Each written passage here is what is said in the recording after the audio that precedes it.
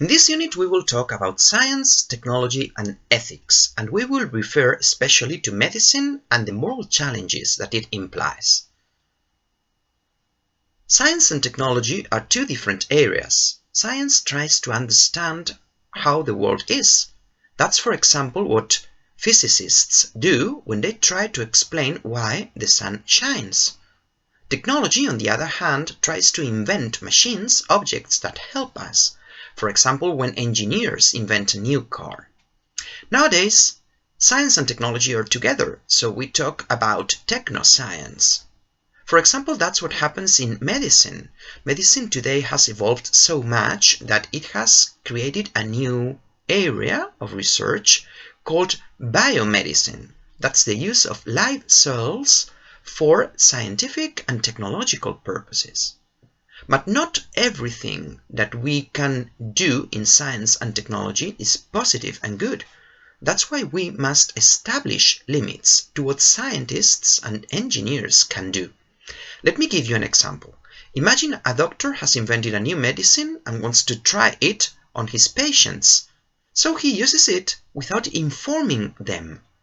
Of course, this is unethical, immoral. This shouldn't be ever done. This should be forbidden. That's why we must establish limits. And when I talk about limits, I refer to both legal limits and moral limits. Legal limits imply that we should pass a legislation that determines what is forbidden, what kind of actions must never be done in science and technology, so that we can punish people who break this law. But there must also be moral limits, meaning that every individual should be aware of what is correct and incorrect and should stop doing what is morally incorrect. One very interesting case that shows us the connection between science, technology, and ethics is a moral dilemma. A moral dilemma is a difficult situation when we have to decide between two possible options. Both options are difficult, both options have disadvantages, so it's not easy to decide what is the best thing to do. Let me give you an example taken again from medicine.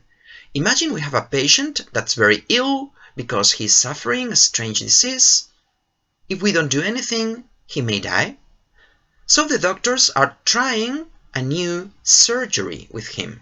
They have invented a new procedure. They can try to operate this patient, but there is a high risk that the patient dies in the operation.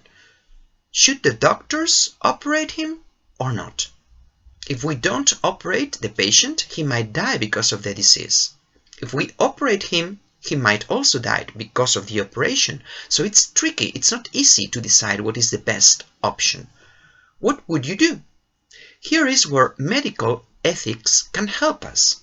Medical ethics tries to give us some clues in order to decide what's the best thing to do in cases like this. Medical ethics is based on four basic principles: the principle of autonomy, the principle of beneficence, the principle of non-maleficence, and the principle of justice.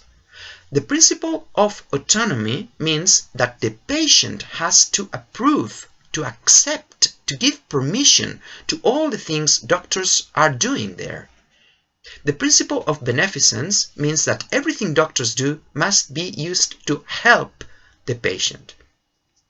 The principle of non-maleficence means that doctors should never do anything that could harm the patient. We must avoid harm. And the fourth principle, the principle of justice, means that we must treat all patients fairly and also treat each individual case separately, taking into account the peculiar circumstances of every individual.